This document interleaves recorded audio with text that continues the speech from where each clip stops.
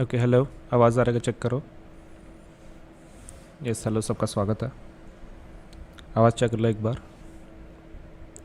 आवाज़ आवाज़ आ रहा है क्या?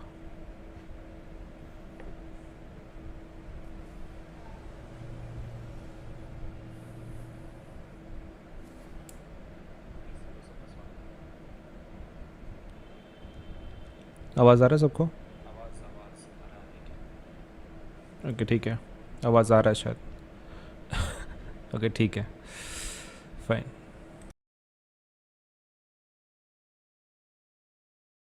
An academy. Let's crack it. There are no silly questions, and we thrive on answering all your doubts. While dedicated doubt solving live classes are a part of every course, we also have the Ask a Doubt feature for quick resolution of doubts even after your live classes. Just click on Ask a Doubt, type your question or click a picture of your doubt, highlight one specific question, choose the subject that the question falls under, and share it with your educator. Let's crack it.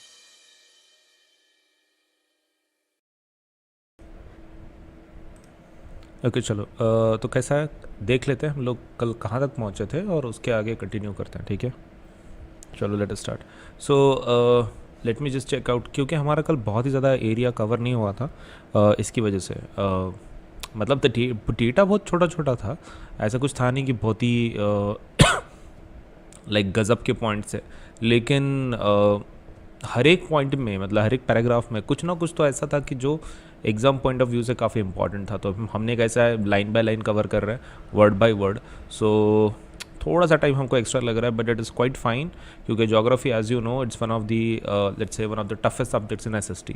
आपके 4 subjects में history, geography, politics, economics अगर आप देखें, ज़्यादा work सिर्फ geography को लगता है। मतलब इट्स स्ट्रेट फॉरवर्ड। बाकी के इसमें तो भी कैसा है, you can at least talk about. Economics में तो बहुत ही आसान है, just you have to explain the points की जो काफ़ी मिनिमल लेवल के हैं। लेकिन इधर एक तो आपको आंसर आता है, नहीं तो नहीं आता है, राइट? सो ज्योग्राफी का थोड़ा सा हमको अलग तरीके से हम लोग कर रहे हैं, थोड़ा ज़्यादा लेट्स से हर एक पॉइंट पे फोकस कर रहे हैं। So we have completed till yesterday, textile तक कंप्लीट किए थे। Let us go with cotton textiles now. हमारी इंडस्ट्री शुरू हुई थी, that is textile industry.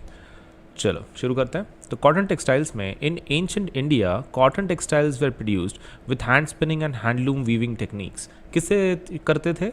Hand spinning and handloom weaving techniques. मतलब हमारा सब कुछ कैसा था? मैनुअल था, मतलब मशीन बिशीन कुछ नहीं था। मतलब they what they are trying to say in this is कि हमारा पहला जो सिस्टम था वो कैसा था? मैनुअल था। Okay, so old manual, okay manual था। After 18th century power looms came into use. Power looms मतलब क्या? Machine based power looms. देखो वो ऐसा होता है, एक हैंडलूम होता है, एक पावर लूम होता है। हैंडलूम बोले तो हाथ वाला, पावर लूम बोले तो मशीन वाला। Okay, so later on power looms हमारे पास आ गए। कब? 18th सेंचुरी में। Our traditional industries suffered a setback during the colonial period because they could not compete with the mill-made cloth from England.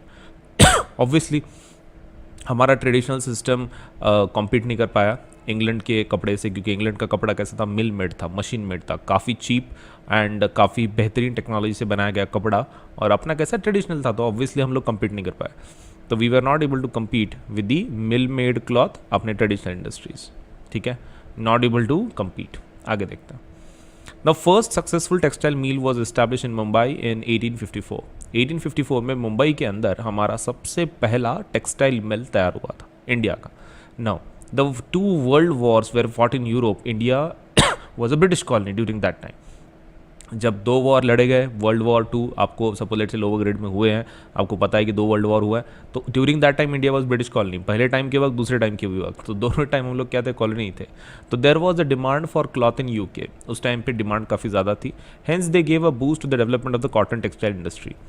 कैसा हो रहा था? वर्ल्ड वॉर की वजह से हमारे यहाँ का, इवन दो हमारा टेक्सटाइल इंडस्ट्री इतना फेमस नहीं हो रहा था बिकॉज ऑफ ब्रिटिश, लेकिन world war 1 and world war 2 ने सिचुएशन चेंज कर दी। क्या हो गया? कपड़े का डिमांड इतना बढ़ गया कि British themselves were not able to cope up with the demand, तो वो इंडिया से भी कपड़े मंगाने लग गए। तो एक्चुअली वर्ल्ड वॉर 1 ने टेक्सटाइल इंडस्ट्री को ज़्यादा हेल्प किया है। तो आपको ये एग्ज़ाम में ये पॉइंट ध्यान में रखना पड़ेगा, that's a very serious point, कि हमारी टेक्सटाइल इंडस्ट्री क्यों डेवलप हुई even though India was a British colony. Okay, तो what was the main reason? Because of the world wars, ठीक है। तो वर्ल्ड वॉर जो दोनों थे, first and second, even though they were very suppose let us से बहुत ही destructive थे इन नेचर, लेकिन उन्होंने टेक्सटाइल इंडस्ट्री को इंडिया के काफ़ी डेवलप किया। ओके, तो this point has to be remembered. Textile industry growth, textile industry growth, हमारा अच्छा खासा ग्रोथ हो गया ड्यूरिंग दिस टाइम। चलो, वॉर से कुछ ना कुछ तो निकला, वॉर से वैसे भी कुछ फ़ायदा नहीं होता है, लेकिन मतलब सपोज लेट से डिस्ट्रक्शन काफ़ी ज़्यादा होता है, तो many of the countries they do not want to fight, लेकिन हमारा टेक्सटाइल इंडस्ट्री को उस टाइम पे ज़्यादा ग्रोथ मिल गई, क्योंकि वॉर के टाइम पे हर चीज़ की ज़रूरत पड़ती है। Now let us go for the next point. In the early years, the cotton textile industry was concentrated in the cotton growing belt of Maharashtra and Gujarat. अब ऑब्वियसली अब मुझे एक चीज़ बोलो, अगर हम कॉटन टेक्सटाइल इंडस्ट्री के बारे में पढ़ रहे हैं, कॉटन टेक्सटाइल के इंडस्ट्रीज कहाँ पर होंगे? जहाँ पे रॉ मटेरियल मिलेगा। रॉ मटेरियल कौन सा है कॉटन टेक्सटाइल का? कॉटन। कॉटन कहाँ ग्रो होता है? ब्लैक कॉटन सॉइल में, और वो कहाँ मिलती है? Gujarat Maharashtra region. So obviously हमारे जो कॉटन टेक्सटाइल इंडस्ट्री है वो कहाँ पे मिलेंगे? मैक्सिमम आपको Maharashtra and Gujarat, simple logic. Availability of raw cotton, the market transport, including accessible port facilities, labor, moist climate, etc., contributed towards its localization. तो जो अदर फैसिलिटीज़ हैं, अदर चीज़ें हैं कि जिसकी वजह से महाराष्ट्र गुजरात में अपार्ट फ्रॉम कॉटन, तो वो है कि हम लोग रॉ मटेरियल अवेलेबल था, मार्केट बहुत पास में था, ट्रांसपोर्ट फैसिलिटीज़ थे, पोर्ट फैसिलिटीज़, लेबर भी काफ़ी जल्दी मिल जाता था, एंड मॉइस्ट क्लाइमेट। तो moist climate is also one of the features, क्योंकि ये कैसा है, Maharashtra and Gujarat, yes they have big coast line, काफ़ी बड़ी कोस्ट लाइन है, और वहाँ पे उनका moist climate is very much possible, हम लोग फाइंड आउट कर सकते हैं। सो लोकलाइजेशन के ये रीजंस थे। This country has close links, this industry has close links with agriculture and provides a living for farmers, cotton boll pluckers and workers engaged in ginning, spinning, weaving and dyeing, designing, packaging, tailoring and sewing. ये सभी type के अलग अलग type के छोटे छोटे industries हैं कि जो एक ही इस पर डिपेंड करते हैं, किसके ऊपर? एग्रीकल्चर के ऊपर। मतलब तुम ऐसा मत सोचो कि टेक्सटाइल, कॉटन टेक्सटाइल इंडस्ट्री बोले तो एक इंडस्ट्री है, इट्स नॉट। उसमें कैसा है ना, there are lots of industries individual की जो अलग अलग तैयार करते हैं। मतलब ginning is different, spinning is different, weaving is different, हर एक का अलग अलग फंक्शन है। राइट नाउ हम लोग उसके अंदर घुसने नहीं वाले क्या है, but in short we want to say कि एग्रीकल्चर के ऊपर काफ़ी डिपेंड करता है, right? Okay, so there is a close connection between this industry and the agriculture. जो अपन ने ऊपर बोला था ना कि इंडस्ट्री और एग्रीकल्चर में एक अच्छा खासा क्लोज रिलेशनशिप रहता है, एक ऊपर कोई तो पैराग्राफ में हमने डील किए थे, हाँ ये वाला देखो, एग्रीकल्चर और इंडस्ट्री का एक काफ़ी मेल जोल है, रॉ मटेरियल प्रोवाइड करता है। तो this is the best example for it. कौन सा? Cotton textile industry. हाँ, तो वहाँ पे खाली इतना लिख दो पैराग्राफ के नीचे, industry and agriculture closely related. Okay, so industry and agriculture closely related. Industry and agriculture closely related. Closely related. इसमें कुछ ज़्यादा ही सच है वो, मतलब इसमें कुछ ज़्यादा ही सच है। आगे देखते हैं। The industry by creating demand support many other industries such as chemicals and dyes, packaging materials and engineering works. अभी ये क्या नाटक है? देखो वो क्या बोल रहे हैं कि आपका जो भी टेक्सटाइल इंडस्ट्री है कॉटन का, आपको हो सकता है कि उसमें डाइज लगे, केमिकल्स लगे साफ़ करने के लिए, क्योंकि आपको पता है कि textile industry is nothing but उसमें केमिकल्स का यूज़ होने ही वाला है। तो केमिकल इंडस्ट्री की भी आपको मदद लगेगी, आपको पैकेजिंग मटेरियल भी लगेगा, कपड़ा बनने के बाद पैकेजिंग तो करोगे ना, तो पैकेजिंग मटेरियल भी लगेगा, इंजीनियरिंग वर्क्स भी लगेंगे। इंजीनियरिंग वर्क्स बोले तो machines which are going to suppose let's say create your cotton textile industry. तो दैट मीन्स ये बाकी के इंडस्ट्रीज को भी क्या कर रहा है? डेवलप कर रहा है। तो ऐसा लिख दो फिर, डेवलप्स अदर इंडस्ट्रीज। ओके, तो ये अकेला इंडस्ट्री नहीं है, it develops other industries as well. हाँ, वो भी लिख दो, लिख दिया, डेवलप्स अदर इंडस्ट्रीज। आगे देखते हैं। Now with spinning continued to be centralized in Maharashtra, Gujarat and Tamil Nadu, weaving is highly concentrated to provide the scope for incorporating traditional skills and designs of weaving in cotton, silk, zari, embroidery, etc. अब वो क्या बोल रहे हैं? देखो, spinning मतलब सिर्फ धागा बनाना होता है। तुमको वीविंग का मतलब समझ में आता है? कमेंट सेक्शन में प्लीज़ लिखो if you can understand the meaning of it.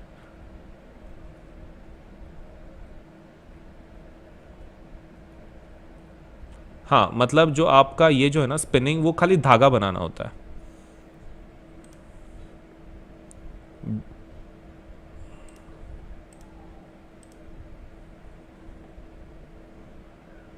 Okay चलो मैं तुमको एक ये बता देता हूँ, suppose just a photo so that you can understand, ठीक है। दोनों को हम लोग क्लियर करा ही लेते हैं आज ये कॉन्सेप्ट को, एटलीस्ट वीविंग एंड स्पिनिंग का, क्योंकि उन्होंने कैसा स्पेशल मेंशन किया है, सो एटलीस्ट उतना फ़र्क तो पता रहना चाहिए अपने को, right. Okay so just 1 minute. हाँ यस, तो आपका वीविंग इज़ नथिंग बट आपका थ्रेड बनता है, आपका कपड़ा बनता है actually. So let me just show it to you, एक बार ये चेक कर लो। दो हम लोग बता रहे हैं actually the difference is between suppose let us say आपका okay, so the difference is going to be between the spinning and suppose let us say weaving.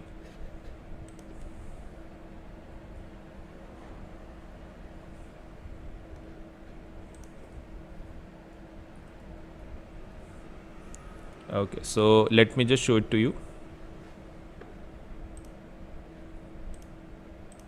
अच्छा लोड हो रहा है, टेकिंग सम टाइम, काइंडली थोड़ा सा patience रखें।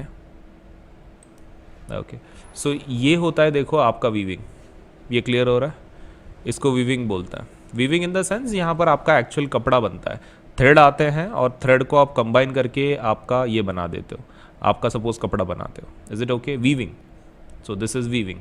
मतलब ये इंडस्ट्री कम्प्लीटली डिफरेंट है, वो थ्रेड मतलब थ्रेड कंबाइन करते हैं, यहाँ पर थ्रेड कंबाइन हो रहा है ये वाले पार्ट पे और फिर इस टाइप का कपड़ा बन रहा है आपका। ये समझ में आ रहा है आपको? ओके एंड जो दूसरा है हमारा स्पिनिंग, हाँ वो मैं बता देता हूँ। इसकी इंडस्ट्री अलग है, इसकी इंडस्ट्री अलग है, ठीक है। दिस इज़ वीविंग, कपड़ा बनता है आपका, and this is completely different. ये आपका धागे के बारे में। So one word is clear, weaving बोले तो क्या आपका कपड़ा बनाने का, दूसरा स्पिनिंग का है। तो हम लोग स्पिनिंग भी देख रहे हैं, स्पिनिंग इसको बोलते हैं। देखो ये आपके जो आपके रिल होते हैं ना, सपोज घर में रहते हैं, देखो धागे जिसके ऊपर रहता है, so those are nothing but ये स्पिनिंग के थ्रू तैयार करते हैं। मतलब इसमें सिर्फ धागा बनाया जाता है, nothing more.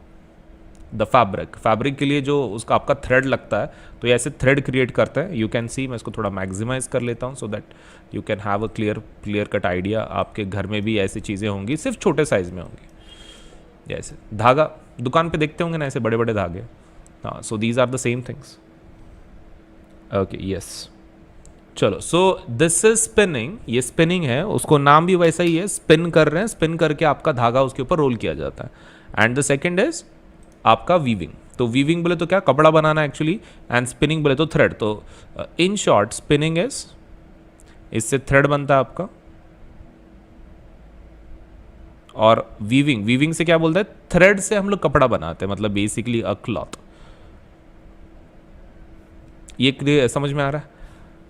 No, is highly decentralize to provide scope for incorporating traditional skills. अब ये समझ में आ रहा है तुमको, वो ऐसा क्यों बोल रहे हैं? स्पिनिंग सेंट्रलाइज्ड है और वीविंग डिसेंट्रलाइज्ड है, क्योंकि आपका जो ये मशीन होगा ये वाला, ये सब लोग अफोर्ड नहीं कर सकते।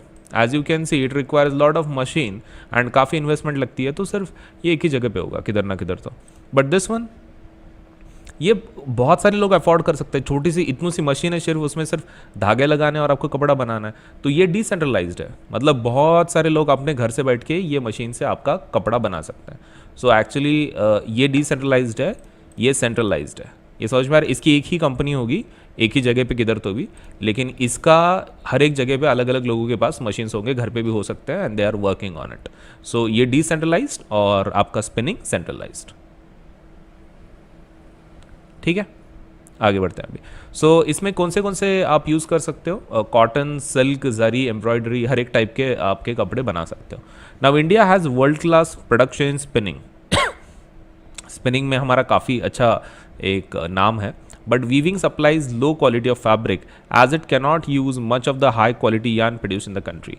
तो वीविंग का थोड़ा सा इशू है कि हम लोग क्या कर सकते हैं, वीविंग में supplies low quality of fabric बहुत ही लो क्वालिटी का है, as it cannot use much of the high quality yarn produce in the country. वो यूज़ नहीं कर पा रहा है हाई क्वालिटी यार्न, ठीक है, फॉर न्यूमरस रीजंस। और उसकी वजह से जो क्लॉथ मिल रहा है, फैब्रिक मिल रहा है, तो काफ़ी घटिया क्वालिटी का है। तो एक काम करते हैं, क्लॉथ की जगह पे हम ना एक प्रॉपर यूज वर्ड करते हैं यहाँ पे, एंड दैट इज बुक वाला word, that is fabric. Fabric बनाते हैं। Okay, so now weaving is done by handloom, powerloom and in mills. ये एक चीज़ समझ लो कि वीविंग जो है आपका हैंडलूम थ्रू भी होता है, पावरलूम थ्रू भी होता है, एंड इन मिल्स के अंदर। मिल्स बोले तो बड़े बड़े आपके कंपनीज होते हैं। So it is done traditionally by all the things. Now the handspun khadi provides large scale employment to weavers in their homes as a cottage industry. हमने अब भी देखा था कि आपका जो ये है क्या बोलते हैं वीविंग है, तो वो डिसेंट्रलाइज्ड है, तो उसकी वजह से कैसा है कि घर पे बैठ के लोग अपना सपोलेट से कपड़े वगैरह बना सकते हैं उसमें से। So it has provided a lot of employment. तो यहाँ पे लिख दो खाली अंडरलाइन करके, khadi weavers in the homes as a cottage industry, मतलब घर में आपका इंडस्ट्री चल सकता है, इस टाइप का छोटा इंडस्ट्री है handspun khadi. Let us move ahead. Now India exports yarn to Japan. कहाँ तक हम लोग एक्सपोर्ट करते हैं? जापान तक एक्सपोर्ट करते हैं। Now other importers of cotton goods from India are USA, UK, Russia, France. काफ़ी लंबी लिस्ट है। सो वी ऑलमोस्ट बहुत सारे जनों को क्या करते हैं, अपने जो प्रोडक्ट्स हैं वो बेचते हैं। So quite a good few number of countries. Now we have a large share in the world trade of cotton yarn. Obviously क्योंकि हमारे पास इतना ज़्यादा कॉटन बनता है, तो हमारे पास इन शॉर्ट बहुत बड़ी इंडस्ट्री है इसकी। Our spinning mills are competitive at the global level and capable of using all the fibers we produce. हमारी काफ़ी अच्छी इंडस्ट्री है and we are let's say global level पे कंपटीशन दे सकते हैं। The weaving, knitting and processing units cannot use much of the high quality yarn that is produced in the country.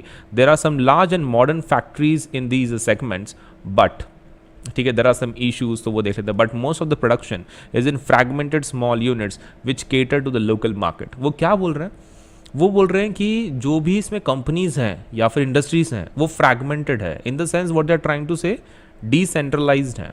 In short they want to say कि बहुत सारी area पे फैले हुए हैं, और उसकी वजह से क्या हो रहा है वो सिर्फ लोकल मार्केट को टारगेट करते हैं। वो खुद में इतने इंडस्ट्री बड़े नहीं है कि फॉरेन मार्केट्स को टारगेट करें, मतलब एक्सपोर्ट्स करें।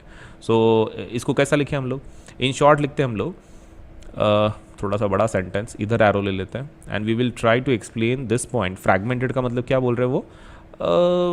Decentralised. In short they are decentralized and because of that they are not able to take the advantage of suppose foreign markets, local market को केटर करते हैं। सो डिसेंट्रलाइज्ड केटर्स टू, किसको मदद करते हैं फिर वो? मतलब केटर्स यानी मतलब सपोलेट से उनका जो प्रोडक्ट है वो कहाँ पे बेचा जाता है? लोकल मार्केट में। caters to local market।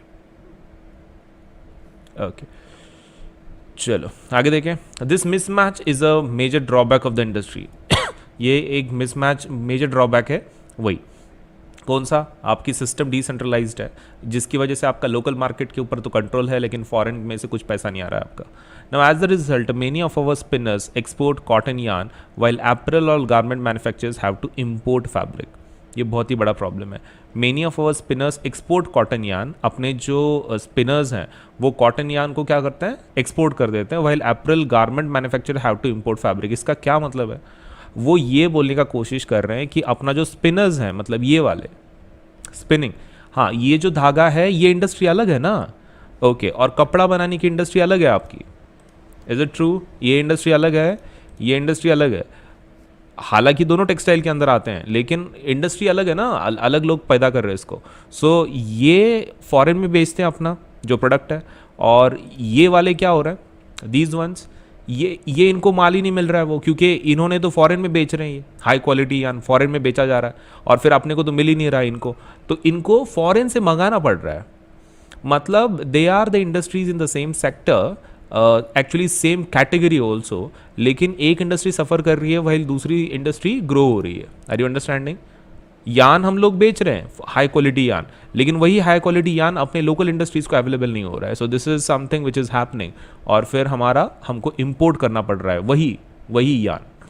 Okay, मतलब एक तरफ हमारे स्पिनर्स एक्सपोर्ट कर रहे हैं वही चीज़, एपरल गारमेंट मैन्युफैक्चर, कपड़े मैन्युफैक्चरर इम्पोर्ट कर रहे हैं। Okay, so this is something खतरनाक जो कि ये, ओके, सो इसको ये ध्यान में रखो, this is something like a mismatch.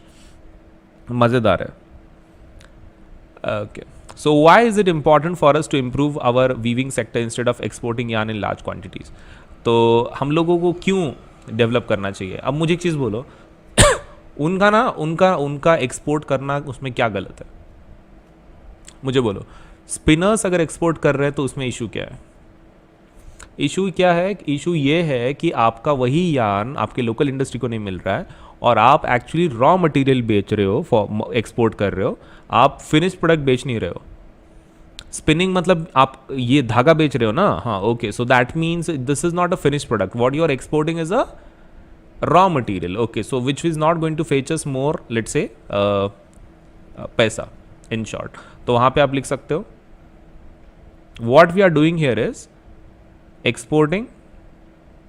Exporting raw material को एक्सपोर्ट कर रहे हैं हम लोग। उसको कितना पैसा मिलेगा तुमको पता है ना कि रॉ मटेरियल अगर आप एक्सपोर्ट करते हो तो उसको पैसा नहीं मिलेगा, राइट? एक्सपोर्टिंग रॉ मटेरियल, हाँ तो उसको लिख दो एक्सपोर्टिंग रॉ मटेरियल। और इंपोर्ट क्या कर रहे हैं? Importing finished goods. वो भी इंपोर्ट वही कर रहे हैं, वो भी क्या इंपोर्ट कर रहे हैं? फैब्रिक इंपोर्ट कर रहे हैं। तो वो तो काफ़ी नुकसानदायक जा रहा है क्योंकि अपने को लो क्वालिटी मिल रहा है। तो exporting raw material in short, okay. So although we have made a significant increase in the production, ये इसका क्वेश्चन का आंसर क्या है फिर? हमने क्यों इंप्रूव करना चाहिए weaving sector? Okay, more money from export मिल सकता है हमको, more money from export. Finish product को ज़्यादा पैसा मिलेगा ना, मोर मनी फ्रॉम एक्सपोर्ट, हाँ तो लिख दो वहाँ पे मोर मनी फ्रॉम एक्सपोर्ट। बहुत ही आसान सी चीज़ है फॉर अंडरस्टैंडिंग, खाली लिख दें वहाँ पे, ओके। चलो, now although we have made significant increase in the production of good quality long staple cotton, the need to import is still felt. वो क्या बोल रहे हैं कि we have made a significant increase आपके क्वालिटी प्रोडक्शन में आपके cotton के, लेकिन फिर भी इंपोर्ट करने की ज़रूरत पड़ रही है। मतलब इतना हमारा इंडस्ट्री मतलब ज़्यादा कॉटन मांग रहा है। Now power supply is erratic and machinery needs to be upgraded in the weaving and the processing sectors in the particular. Or other let's say particulars are the low output of labor and stiff competition with the synthetic fiber industry. तो ये last का paragraph में actually क्या बता रहे हैं वो last के पैराग्राफ में सभी प्रॉब्लम्स बता रहे हैं आपको। One of the major problems is हमारे यहाँ पे अभी भी इंपोर्ट करना पड़ रहा है cotton sometimes because of need इतनी ज़्यादा है। दूसरा प्रॉब्लम पावर सप्लाई काफ़ी इराटिक है, इराटिक इन द सेंस कभी आता है इलेक्ट्रिसिटी कभी नहीं रहता है, और तुम मशीन का पे चलाओगे। अगर तुम्हारी इलेक्ट्रिसिटी है नहीं तो ये मशीन क्या अपने आप चलने वाले हैं क्या? ये जो इतने बड़े बड़े मशीन्स हैं ये अपने आप चलेंगे नहीं ना, तुमको इलेक्ट्रिसिटी चाहिए और इलेक्ट्रिसिटी का प्रॉब्लम है। नाउ नेक्स्ट चीज़ इज़ कि आपकी मशीनरी काफ़ी पुरानी है, technology is very let's say पुरानी है। एंड दूसरे प्रॉब्लम जो है कि जो लेबर्स हैं जो इस इंडस्ट्री में काम कर रहे हैं उनका आउटपुट काफ़ी लो है, मतलब उतने स्किल्ड नहीं है जितने होने चाहिए। एंड स्टिफ कंपटीशन बोले तो तगड़ी कंपटीशन फ्रॉम सिंथेटिक फाइबर। ये नेचुरल फाइबर है ना, नेचुरल मतलब कॉटन कहाँ से मिलता है? नेचर से मिलता है। तो उसको खतरनाक कंपटीशन किससे? सिंथेटिक फाइबर, क्योंकि वो कम कॉस्ट पे, सिंथेटिक फाइबर कम कॉस्ट पे कम समय में बनता है। Are you understanding? Synthetic fibre का मेन कंपटीशन क्यों है? द रीज़न इज वो कम कॉस्ट का है प्लस कम समय में बनता है। So these are actually all the problems of your textile industry. तो उसको जस्ट कर्ली ब्रैकेट लिख दो और उसके बाजू में लिख दो problems of textile industry. Exam में आपको पूछ सकते हैं टेक्सटाइल इंडस्ट्री के इशू क्या है, तो ये लिख देना। चलो नाउ जूट टेक्सटाइल, जूट के बारे में देखते हैं। अभी जूट तो तुमको पता है इसका नाम क्या है? Golden fibre, okay.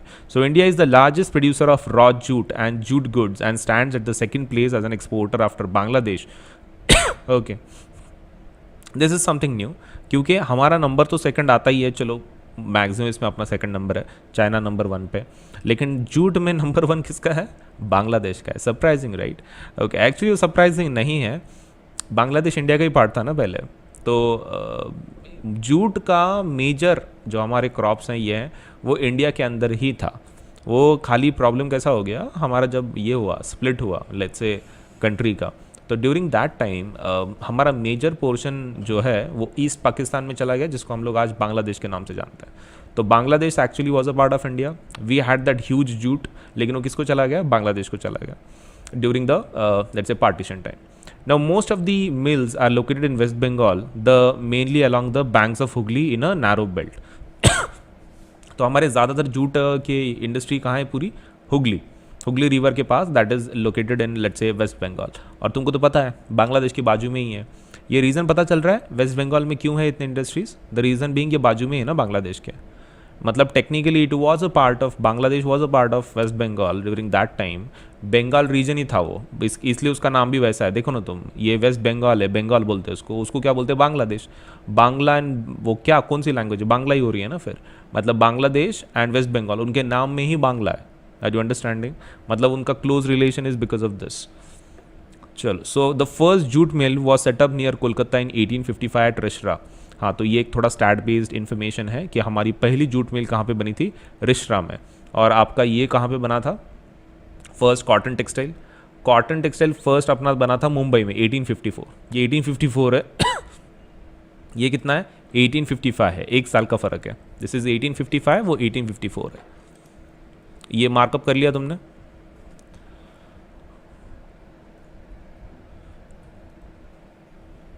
ओके और ये रिश्रा कहाँ आता है? रिश्रा वेस्ट बंगाल में, ठीक है। Is it okay? आपका रिश्रा मुंबई जैसे महाराष्ट्र में है, रिश्रा कहाँ पर आता है? वेस्ट बंगाल में। ओके तो उसको लिख दो वहाँ पे, वेस्ट बंगाल में आता है आपका Rishra. So after partition 1947, the jute mills remained in India, but the 3/4 of the jute producing area went to Bangladesh. देखो उन्होंने फिर से मेंशन किया है ऑलमोस्ट लाइक अपना कितना एरिया चला गया बांग्लादेश के पास? 3/4 of the jute producing area. मतलब हम तो क्रिपल हो गए ना, इन द सेंस हमारा टोटल पोर्शन कितना बड़ा था, मतलब तो उनके पास 3/4 चला गया। Okay so this is actually a big number, काफ़ी बड़ा नंबर है। ओके सो फैक्टर्स रिस्पॉन्सिबल, मतलब अगर वो नहीं जाता तो हम लोग फिर पहले नंबर पे होते for once new change. Okay but ठीक है चलो कोई दिक्कत नहीं, history is history. Okay rest is just story. तो हम लोग अभी इसको क्या कर सकते हैं, है तो है, अभी just we can just read it out. Factors responsible for the location in the Hooghly basin are. अच्छा हुगली बेसिन में ही क्यों ये इंडस्ट्री है वो एक देख लेते हैं, क्या रीज़न है हुगली में ऐसा क्या है? Okay so proximity of the jute producing areas, एक तो वहाँ पे जूट प्रोड्यूसिंग एरियाज़ है आजू बाजू में, काफ़ी बड़े बड़े एरियाज़ हैं। इनएक्सपेंसिव वाटर ट्रांसपोर्ट, वो जो हुगली रिवर है ना उसका कई के लिए यूज़ करते हैं वो? ट्रांसपोर्टेशन के लिए। तो बहुत ही चीप है वो, कोई ज़्यादा खर्च नहीं आता आपको। ऐसा नहीं है कि बड़े बड़े रोड्स हैं, मस्त पानी से आप ट्रांसपोर्ट करा सकते हो। बाद में supported by good network of railways, roadways and waterways to facilitate movement of raw material to the mills. और एक बेनिफिट क्या है कि वहाँ पे हर एक फैसिलिटी अवेलेबल है, रोडवेज, रेलवेज, वाटरवेज, आपका रॉ मटेरियल को ट्रांसफ़र करने के लिए। Abundant water for raw processing, let's say for processing of raw jute, आपका जो पानी लगने वाला है आपको, तो पानी की कमी नहीं है वहाँ पे। And cheap labour from West Bengal and adjoining states of Bihar, Orissa, Uttar Pradesh, Kolkata as a large urban centre providing banking, insurance and port facilities for export of jute goods. तो देखो एक तो कोलकाता एज अ पोर्ट बोल के काम कर रहा है, वहाँ पे बहुत सारा चीप लेबर है, फैसिलिटीज़ हैं। So there are so many advantage because of which Hooghly basin के अंदर ही आपका क्या है? जूट इंडस्ट्री है। तो एक काम कर लें, इसको थोड़ा स्टार मार्क करके रखें basically, because this is basically बहुत ही इंपॉर्टेंट क्वेश्चन है कि जूट इंडस्ट्री आपका हुगली बेसिन में क्यों है। तो उसका प्लीज़ ये कर लें, स्टार मार्क कर लें। This is going to be very important for you, very important, ठीक है। Okay very important. आगे बढ़ता है। So challenges faced by the industry, चलो बहुत सारे प्रॉब्लम्स, अभी आपके एडवांटेजेस वो पता चल गया, हुगली रिवर बेसिन में है, वेस्ट बंगाल में है, उनके क्यों है वहाँ पे वो भी पता चल गया हमको। पानी बहुत ही मतलब इनएक्सपेंसिव ट्रांसपोर्ट है, सभी कनेक्शंस है, प्रॉपर चीप लेबर है, बहुत सारी एडवांटेजेस है, राइट। लेकिन उसके अलावा प्रॉब्लम्स जो है जो इंडस्ट्री फेस कर रही है उसको देख लेते हैं। So challenges faced by the industry include stiff competition, वो तो हर एक इंडस्ट्री में है। स्टिफ कंपटीशन इज ऐसा पॉइंट है ना कि जो आप हर एक इंडस्ट्री में यूज़ कर सकते हो। स्टिफ कंपटीशन रहता ही रहता है, ओके और इसको तो काफ़ी ज़्यादा है because of the synthetic substitutes. आजकल जूट पे ज़्यादा कोई फोकस नहीं कर रहा है, everybody is using synthetic substitutes, okay and from other competitors like Bangladesh, Brazil, Philippines, Egypt and Thailand. एक तो सिंथेटिक फाइबर्स का इशू, बाकी के दूसरे कंट्रीज भी काफ़ी कंपटीशन में अपने, कौन से? Bangla, Brazil, Philippines, Egypt and Thailand. So these are the countries की जो काफ़ी अपने कंपटीशन में है। Now however the international let's say internal demands has been on the increase due to government policy of mandatory use of jute packaging. ये तो भी अच्छा हो गया। कैसा हो रहा था ना, मतलब हमारा industry actually totally die down हो रहा था because of the stiff competition, एक तो सिंथेटिक फाइबर और दूसरे कंट्री से। लेकिन इसको थोड़ा सा डिमांड मिल गया गवर्नमेंट की पॉलिसी की वजह से। गवर्नमेंट ने कंपलसरी कर दिया है जूट को यूज़ करने के लिए पैकेजिंग में। मतलब ये this is one of the government decisions which has been taken to save the industry को सेव करने के लिए। देखो, क्योंकि पैकेजिंग में आप कुछ ना कुछ तो यूज करने ही वाले हो, उससे अच्छा आप जूट को यूज़ कर लो, एक इंडस्ट्री बच जाती है ना। तो गवर्नमेंट पॉलिसी की वजह से काफ़ी इंडस्ट्री बच गई है। Now to stimulate demand the products needs to be diversified. आपने क्या करना पड़ेगा अभी इसने तो बचा लिया गवर्नमेंट ने, लेकिन कैसा है कि आपको सिर्फ एक पॉइंट की वजह से ये इंडस्ट्री टिक नहीं पाएगी। आपको इंडस्ट्री को अगर बढ़ाना है, if you really want to stimulate it, you need to diversify your products. In short, jute industry के अलग अलग प्रोडक्ट्स बनना बहुत ज़रूरी है। अगर वो होता है तभी जाके क्या होगा, it's going to be different. ठीक है, ओके। सो ये थोड़ा सा डिफरेंट होने वाला है अगर आप डाइवर्सिफाई करो आपके जूट पैकेजिंग को। Now to stimulate demands the product needs to be diversified. The main markets are, ये पूरे मार्केट्स हैं। The growing global concern for environment friendly biodegradable materials has once again open the opportunities for jute products. हाँ, तो ये एक बार देख लें ये वाला लास्ट वाला पॉइंट काफ़ी इंपॉर्टेंट है। कैसा हो गया है, एनवायरमेंटल कंसर्न्स काफ़ी बढ़ गए, और अगर आपके जो सिंथेटिक सब्स्टिट्यूट्स हैं मेनली केमिकल बेस्ड हैं, राइट, तो बायोडिग्रेडेबल फाइबर्स के लिए काफ़ी लेट्स से डिमांड है आजकल, और इसके वजह से जूट इंडस्ट्री को वैसा हम लोग लेट्स से आगे बढ़ा सकते हैं। कैसे? We will sell it as environmental friendly biodegradable material. Are you understanding? ये थोड़ा सा क्या बोल सकते हैं, this is just about marketing. अगर आप मार्केटिंग प्रॉपर करते हो कि भाई हमारा प्रोडक्ट कैसा है, बायोडिग्रेडेबल है, एनवायरमेंटल फ्रेंडली है, तो this might give us more additional opportunities. तो स्टार्टिंग में उन्होंने प्रॉब्लम्स बताएं और बाद में कुछ फ्यूचर ये भी बताएं कि हमारा और भविष्य क्या हो सकता है। तो actually this complete paragraph is important. चलो आगे बढ़ सकते हैं। चलो अभी शुगर इंडस्ट्री में जाते हैं। Late us go with the sugar industry. और शुगर इंडस्ट्री के अंदर क्या क्या होता है, चलो इसमें कितना रैंक है इंडिया का? फिर से second. Okay, so India stand second as a world producer but occupies the first place in the production of gur and khandsari. Okay, तो ये हमारे दो प्रोडक्ट्स हैं जिसमें हमारा फर्स्ट प्लेस है, गुड़ और खांडसरी में। Now the raw materials used in the industry is bulky and is haulage, it's sucrose content reduces. ठीक है, इन हॉलेज का मतलब समझ में आता है तुमको? हॉलेज हौले नहीं, हॉलेज का मीनिंग समझ में आता है तुमको?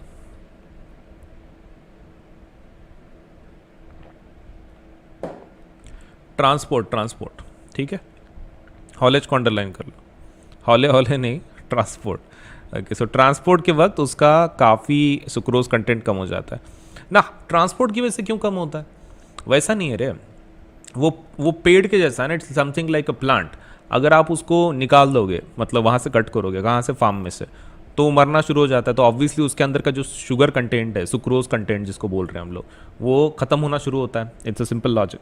ठीक है, सो हैंस ये आपको ध्यान में रखना है। हॉलेज इन द सेंस क्या है? Transport of your sugar canes. During that time sugar content reduces. चलो आगे देखते हैं। So the mills are located in Uttar Pradesh, Bihar, Maharashtra, Karnataka, Tamil Nadu, Andhra Pradesh, बहुत सारी जगह है, राइट। आगे देखते हैं। Now 60%, by the way sugar कैसा ये है, क्रॉप है, ट्रॉपिकल क्रॉप है ना। ओके ठीक है, तो यहाँ पे देखेंगे ट्रॉपिकल सब ट्रॉपिकल। ओके, सो वो उतना ध्यान में रखें कि इसके लिए एक तो ट्रॉपिकल सब ट्रॉपिकल रीजन लगता है, ट्रॉपिकल सब ट्रॉपिकल। ये किसके लिए हम लोग ध्यान में रखना है? So that we can understand कि इंडस्ट्री कहाँ पर है। स्टेट वाइज अपने को इंडस्ट्री पता चलती है फिर। 60% of the mills are in Uttar Pradesh and Bihar. हे भगवान, कितने 60%, कुछ ज़्यादा ही है ना फिर। 60% कहाँ पर है? उत्तर प्रदेश और बिहार में। So this industry is seasonal in nature. ऊपर से नाटक क्या है कि ये इंडस्ट्री सीजनल है। सीजनल क्यों बोल रहे हैं? क्योंकि उसको 1 साल लगता है ना। तुमने तो देखा था शुगर को क्या बोला था उन्होंने, एग्रीकल्चर का जो लेसन है इसके पहले का, सभी क्रॉप्स का हमने देखा था कि एक तो खरीफ है, रबी है, नहीं तो ज़ैद है। लेकिन शुगर का हमने, शुगर केन का एक स्पेशल कंसिडरेशन देखा था। उन्होंने बोला था it takes almost a year to grow that crop, right. मतलब ये पूरे all the year round available नहीं है, मतलब जिस वक्त आपका शुगर कैन अवेलेबल है उसी वक्त ये इंडस्ट्री चल सकती है, क्योंकि आपका शुगर कैन जब बनेगा तभी तो काटेंगे ना उसको शुगर बनाने के लिए। सो दिस इज समथिंग कि जो सीजनल है ये इन नेचर, मतलब ये आपका पूरा साल भर ये इंडस्ट्री चलता है ऐसा नहीं है, थोड़ा बहुत चलता है। Now it is ideally suited to the cooperative sector, ये इसको अंडरलाइन कर लो। इसकी वजह से कोऑपरेटिव सेक्टर के लिए काफ़ी आइडियल है। अब तुम सोचो ना, प्राइवेट सेक्टर है अगर, और साल की सिर्फ मान लो तुमने एक बड़ी कंपनी डाल ली। अब तुमको भी पता है शुगर इंडस्ट्री बोले तो तुम्हारा कंपनी बहुत बड़ा होगा, मतलब एक तो आपका कंपनी, फिर बाद में उसके अंदर आने वाला माल, वो शुगर केन्स का, वो ट्रक भर भर के आएंगे, उनका पेमेंट्स, एंड इतना बड़ा इंडस्ट्री खड़ा करने के लिए आपको बहुत सारा इन्वेस्टमेंट करना पड़ेगा। अब तुम सोचो साल में से सिर्फ अगर 2 या 3 ही महीने आपका इंडस्ट्री अगर चल रहा है तो आप अफोर्ड कर सकते हो क्या फिर एज अ प्राइवेट सेक्टर? चलो मान लो आपने इन्वेस्टमेंट कर भी ली फॉर सम रीज़न, आपको बहुत अच्छा लगता है शुगर, बचपन से बहुत अच्छा लगता है खाने को, और तुमने सोचा है मेरी खुद की शुगर इंडस्ट्री तो होनी चाहिए, ठीक है, और आपने वो इंडस्ट्री बना ली। अब इंडस्ट्री बना ली तो अलग बात है, लेकिन अगर 2-3 महीने सिर्फ चल रही है, पूरा साल भर बंद है, होगा क्या अफोर्डेबल आपको? इतना बड़ा इन्वेस्टमेंट डाल रहे हैं, ऑब्वियसली नॉट। सो ये इसलिए कौन से सेक्टर के लिए बेनिफिशियल है? कोऑपरेटिव सेक्टर, जिसके अंदर वो मतलब कोई इंडिविजुअल इन्वेस्टमेंट नहीं होता है, एक ग्रुप होता है कोऑपरेटिव और वो ग्रुप इन्वेस्टमेंट करता है, राइट?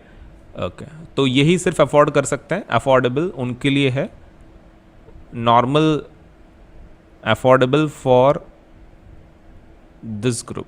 प्राइवेट लोग ये नहीं कर सकते, अफोर्ड नहीं कर सकते इसको, अफोर्डेबल फॉर दिस ग्रुप।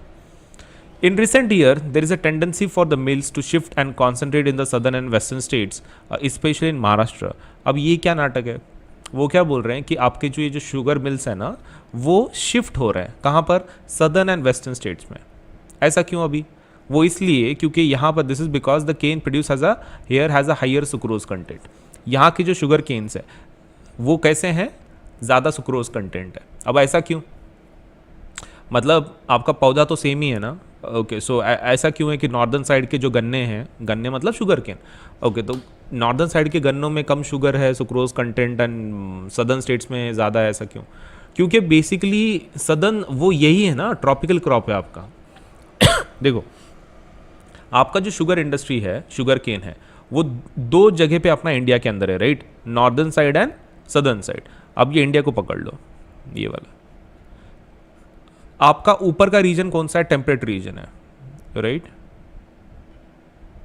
और आपके नीचे का रीजन कौन सा है? ट्रॉपिकल या फिर सब ट्रॉपिकल जिसको आप बोलते हो, राइट? मतलब नीचे वाला ट्रॉपिकल, सब ट्रॉपिकल। ओके, सो ट्रॉपिकल / सब ट्रॉपिकल। अब मुझे एक चीज़ बोलो,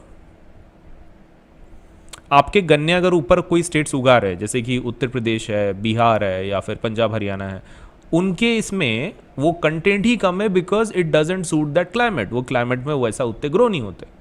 ये समझ में आ रहा है रीज़न? बिकॉज इस क्लाइमेट में वो ग्रो होता ही नहीं है ज़्यादा, तो हैंस आपका sugar content is very less here. Sucrose content, sucrose content कैसा है? Sucrose less. और यहाँ पे क्यों ज़्यादा है?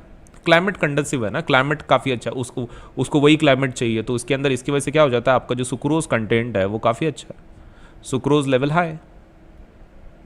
एकदम सिंपल लॉजिक है, it's a very simple logic what we have, ठीक है? लिख दिए। तो सुक्रोज कंटेंट लेस है टेम्परेट रीजन में, द रीजन बीइंग क्योंकि वो क्लाइमेट उसको कंडंसिव है ही नहीं, वो आ ही रहा है, वो बड़ी बात है। तो ट्रॉपिकल सब ट्रॉपिकल में आपका हाई सपोलेटस से कंटेंट इसलिए मिल जाता है क्योंकि the climate is very conducive. Okay, तो यहाँ पे आप ये करके लिख सकते हो, एरो करके, climate is favourable, climate favourable. Okay, climate favourable, कौन सा climate? Tropical subtropical, tropical and subtropical.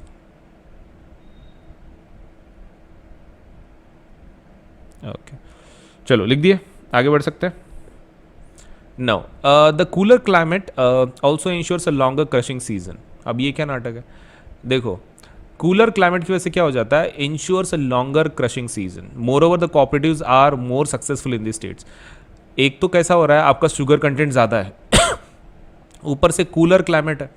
Okay, मतलब उतना एक्सट्रीम नहीं है जितना नॉर्दर्न साइड में, सदर्न साइड में थोड़ा कूलर है, इन द सेंस एक्सट्रीम नहीं है। व्हाट दे वांट टू से इज कूलर का मतलब ऐसा नहीं कि बहुत ही ठंडा है, कूलर मतलब लाइक एकदम एकदम बर्फ़ के जैसा अंटार्कटिका वैसा नहीं, कंपैरेटिवली बोल रहे हैं कि नीचे थोड़ा ठंडा है। उसकी वजह से क्या हो जाता है, लॉन्गर क्रशिंग सीजन होते हैं आपके, मतलब आपको उसका डर नहीं है कि सपोज लेट से आपके पेड़ पौधे खराब होने वाले ही। It ensures a longer crushing season, एक अच्छा खासा बड़ा सीजन तक आपका चलता है।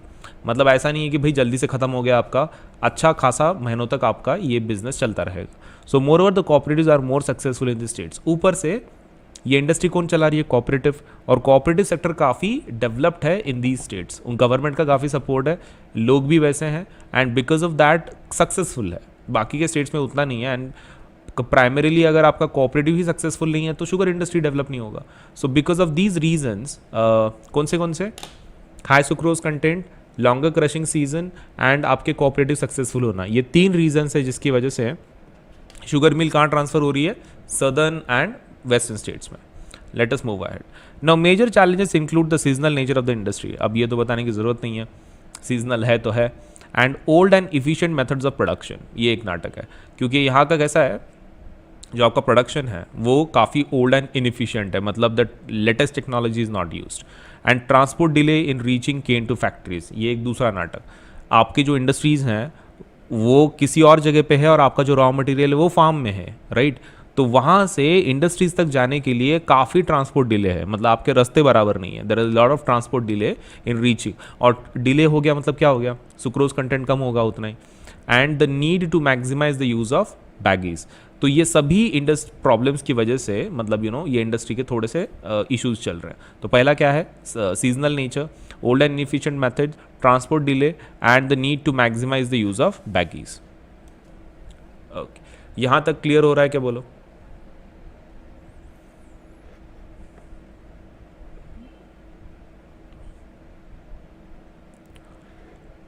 ओके चलो, इसका मीनिंग समझ, इसका बात करें बैगीज का। Do you know what is baggies? Baggies पता है क्या?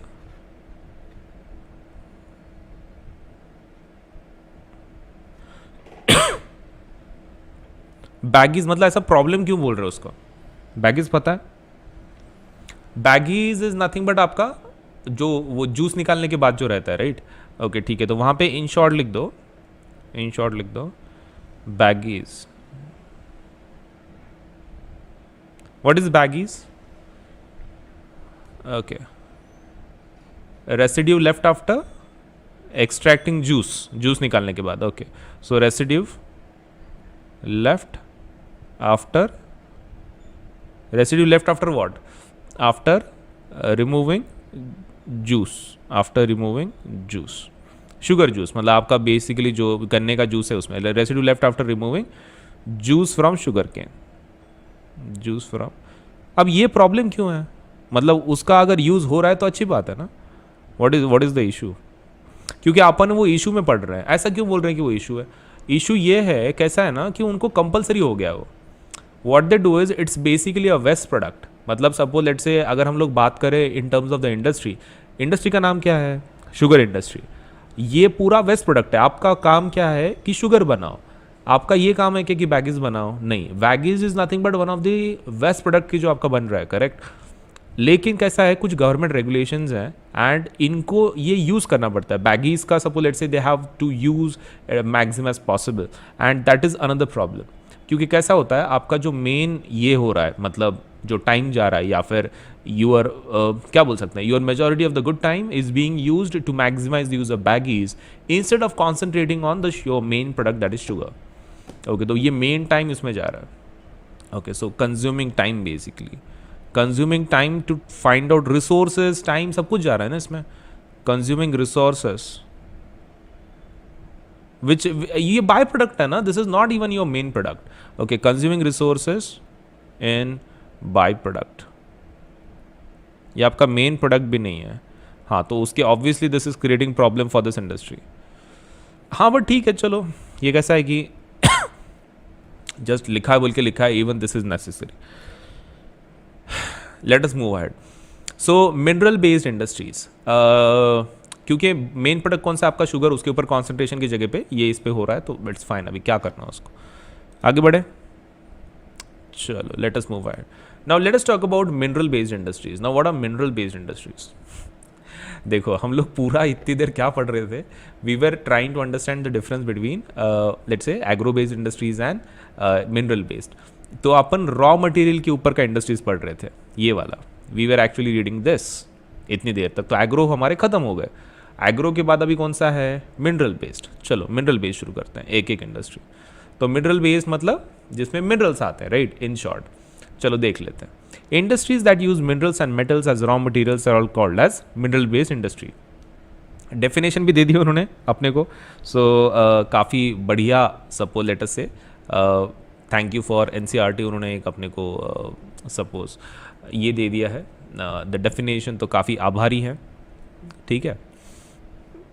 ओके आशुतोष दुबे क्या बोल रहे हो, bagasse is yes, bagasse is used as fuel, definitely it is used as fuel, ठीक है। फ्यूल बोल के आप यूज़ कर सकते हो to generate heat and electricity, ठीक है। शुगर मिल्स के लिए, शुगर मिल्स के लिए यूज़ करते हो उसका बैगेज का, to generate suppose let's say electricity, to generate heat and electricity.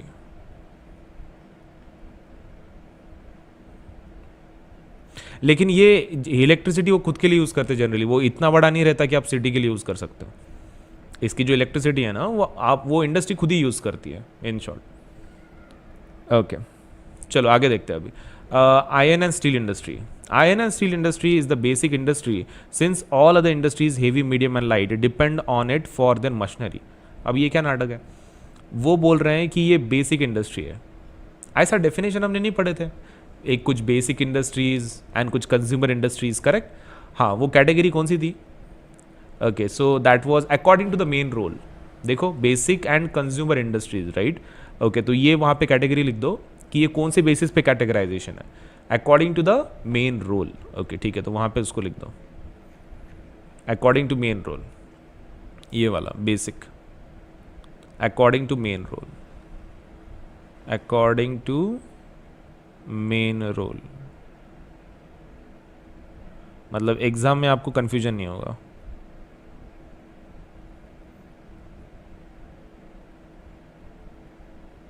According to main role, ठीक है।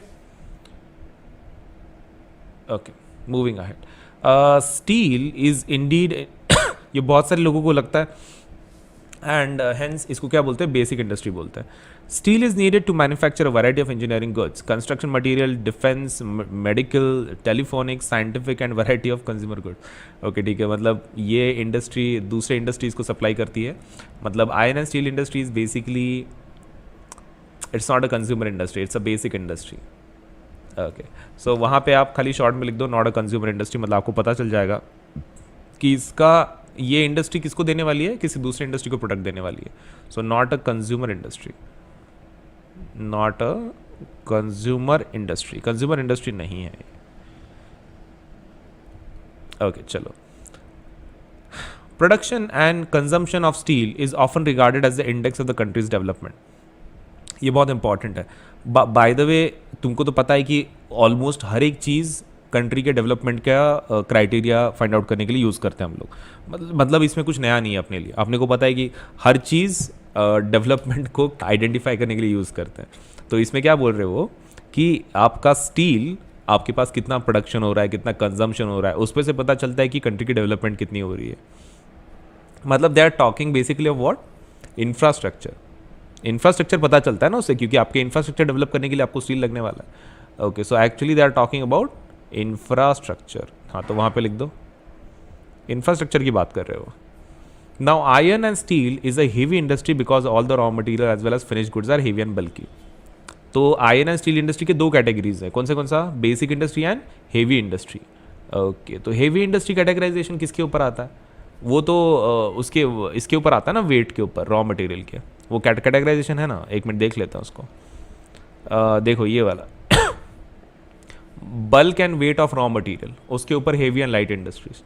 ओके तो एग्जाम में आपको पूछ सकते हैं कि आयरन एंड स्टील इंडस्ट्री के दो कैटेगरीज बताओ, दो कैटेगरीज। ओके तो एक काम करें, वहीं पे हम लोग नाम लिख देते हैं उसका, ठीक है।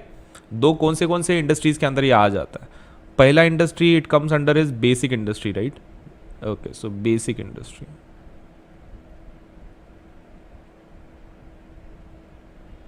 और दूसरी कौन सी इंडस्ट्री में आ जाता है ये, बल्क इंडस्ट्री, हेवी इंडस्ट्री जिसको बोलते हैं, बल्क इंडस्ट्री या फिर हेवी इंडस्ट्री। 1 मार्कर क्वेश्चन आ सकता है, तो हेंस काइंडली प्रॉपरली लिखें। आपको एग्जाम में ऐसा पूछेंगे कि किस कैटेगरी में आप आयरन एंड स्टील इंडस्ट्री को बिठाओगे, तो basic industry and heavy and bulk industry, 2 industries में आप इसको बिठा सकते हो। Okay, now because of all the raw material as well as finished goods are heavy and bulky entailing heavy production transportation cost, तो ये इसमें ये बहुत ही हेवी है, मतलब आपका जो मटेरियल है ये तो जिसकी वजह से ट्रांसपोर्टेशन काफ़ी महंगा जाता है इसका एक जगह से दूसरी जगह पे। So transportation cost are very much heavy. ज़्यादा हेवी आइटम बोले तो ट्रांसपोर्टेशन वाले ज़्यादा पैसा लेंगे ना। So iron ore, cooking coal and limestone are required in the ratio of 4:2:1. Some quantities of manganese are also required to harden the steel. Okay, तो steel बनाने के लिए आपके ये क्वांटिटीज़ लगने वाले हैं, इसको रेशो को अंडरलाइन कर लो, एग्जाम में पूछ सकते हैं। 4:2:1। ओके, तो सबसे कम क्वांटिटी किसकी है? Limestone, iron ore, coking coal, limestone and manganese भी आपको लगेगा उसको थोड़ा हार्डन करने के लिए। तो एग्जाम में आपको ये भी पूछ सकते हैं कि what is the use of manganese in iron and steel industry. The use is to harden the steel. Now where should the steel plants be located, कहाँ पे होने चाहिए? सिंपल सी बात है, जहाँ पे आपका नेटवर्क है, मतलब बेसिकली रॉ मटेरियल है। So remember that the finished products also need an efficient transport. तो आंसर करते ही उन्होंने बोला तुम पहले बताओ तुम कहाँ पर इंडस्ट्री डालोगे। तो हमने क्या बोला, जहाँ पर हमारा आयरन का रॉ मटेरियल है वहाँ पे रखेंगे, क्योंकि ट्रांसपोर्टेशन बहुत महंगा जा रहा है। अब वो क्या बोल रहे हैं, लेकिन तुम ठीक से सोच लो, प्रोडक्ट बनने के बाद उसको भी तो एक्सपोर्ट करना पड़ेगा या फिर ट्रांसपोर्ट करना पड़ेगा एक जगह से दूसरी जगह, तो वहाँ पे भी ट्रांसपोर्टेशन कॉस्ट आएगा। मतलब तुम्हारी ये इंडस्ट्री का थोड़ा सा इशू है। ये इंडस्ट्री कहाँ पे चाहिए? ऐसी जगह पे जहाँ पे रॉ मटेरियल भी मिल रहा हो और मार्केट भी पास में हो। Okay, so this is something which is very new, right. तो यहाँ पे जस्ट ये कर लो, इंफॉर्मेशन लिख देते हैं हम लोग कि कहाँ पे होना चाहिए इंडस्ट्री आपका, जहाँ पे raw material market is accessible, is near. Okay, so इसका आंसर लिख दो, where would ideally be located, where कहाँ पे, where market and suppose raw material is available, where market भी वहीं पे अवेलेबल होना चाहिए पास में, किधर तो where market and raw material should also be available, where market and raw material is available. हाँ, लिख दो वहाँ पे।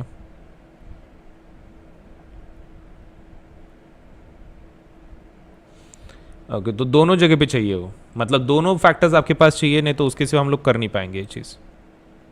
सही है। ओके, चलो एक मिनट देख लेते हैं हमारा ये कितना बड़ा है, क्योंकि कैसा हो रहा है ना, time is already running up. At least ये इतना कंप्लीट हो सकता है क्या हमसे? नहीं ना, काफ़ी बड़ा ही है, बाद में फिर एल्यूमिनियम इंडस्ट्री शुरू हो रही है। ओके, ठीक है। सो ये इतना पैराग्राफ एंड ये ऊपर वाला। ओके, ठीक है, चलो ये इतना पार्ट कंप्लीट कर लेते हैं, ठीक है। In 2018, with 106.5 million tons of crude steel production, internet issue, हाँ, रिकनेक्शन, ओके, डन गया, हाँ, हो गया, चलो हो गया, हाँ। ओके, इसको भी एंड में ही बंद पड़ना है। सो it is the largest producer of sponge ion, sponge ion का लार्जर प्रोड्यूसर है। एंड यस, आवाज़ आ रहा है? ठीक है, नहीं तो बस मैं ऐसे बात कर रहा हूँ।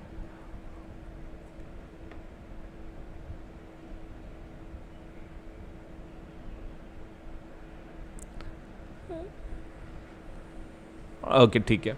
और ये स्पंज आयन का मतलब क्या होता है? What is sponge iron? वो छोटे छोटे ऐसे porous form kind of iron है, काइंड ऑफ आयन की जो पोरस फॉर्म में, ठीक है। ये लिख दोगे वहाँ पे, कमेंट सेक्शन बताओ। पोरस आयन लिख दोगे वहाँ पे, पोरस मतलब जिसमें छेद वगैरह होता है अच्छे खासे। Okay, so porous iron industries में रिक्वायरमेंट होती है, आप खाली उतना लिख दो वहाँ पे। Sponge iron, a type of iron that is porous. Okay. So consumption of steel in the country was only around 70 kg per annum against the world average of 224.5. Okay, अपना कंजम्पशन बहुत ही कम है। मतलब अगर पर एनम देखें per annum कितना consumption है। सो पूरे साल का जो कंजम्पशन है वो इट्स ऑलमोस्ट लाइक 70.9 इंडिया के अंदर, और वर्ल्ड का एवरेज कितना है 224। मतलब कितना हो रहा है ये ऑलमोस्ट लाइक, अगर आप 70 पकड़ो इसको और इसको 21 पकड़ो 210, तो ऑलमोस्ट लाइक 3 टाइम्स हम लोग कम है, right. 7 2 14, 7 3 21, so that means it's almost like 3 times. तो हैंस अपना थोड़ा सा कम है, राइट।